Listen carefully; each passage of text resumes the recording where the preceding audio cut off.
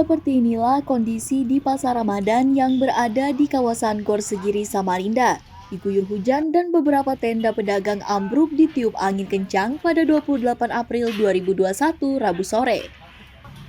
Pasca kejadian itu, beberapa pedagang sibuk merapikan serta membenahi tempat dagangannya yang terkena tiupan angin kencang disertai hujan deras dan juga banyak mengalami kerusakan. Kepala Dinas Pemuda dan Olahraga Kota Samarinda menyebutkan, pasca peristiwa itu beberapa pedagang terganggu dan untuk sementara waktu mereka berpindah tempat yang tak jauh dari lokasi tersebut agar bisa berjualan kembali. Ini tadi kan karena angin yang begitu kuat, ya kan? Ya karena ini mungkin pas berada di lorong, ya kan? Yang memungkinkan angin bertiup dan tidak terhalangi, sehingga menyebabkan tenda-tenda ini sebagian ambruk gitu kan, ya kan?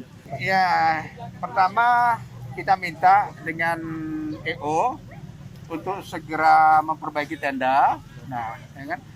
Yang kedua, bagi mereka yang untuk saat sekarang ini terganggu jualannya, itu kita alihkan. Sementara itu, sejumlah pedagang mengaku saat kejadian beberapa tenda roboh dan menimpa etalase hingga pecah yang disebabkan angin kencang disertai hujan deras. Dalam peristiwa itu sendiri, para pedagang pun sempat menyelamatkan diri agar tidak tertimpa tenda. Dan beruntung dalam kejadian tersebut tidak sampai menimbulkan korban jiwa. Tadi angin kencang, tendanya naik, tiup angin, roboh dia. Tiup angin lagi, roboh lagi 2 kali jadi. Dua kali roboh.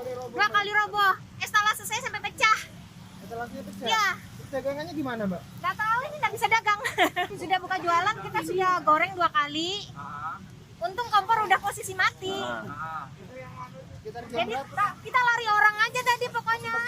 Iya, lari orang aja, kita nggak pikirkan barang.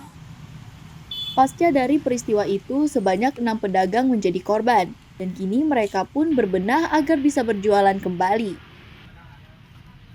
Bayu Kaltim, Tara TV, melaporkan.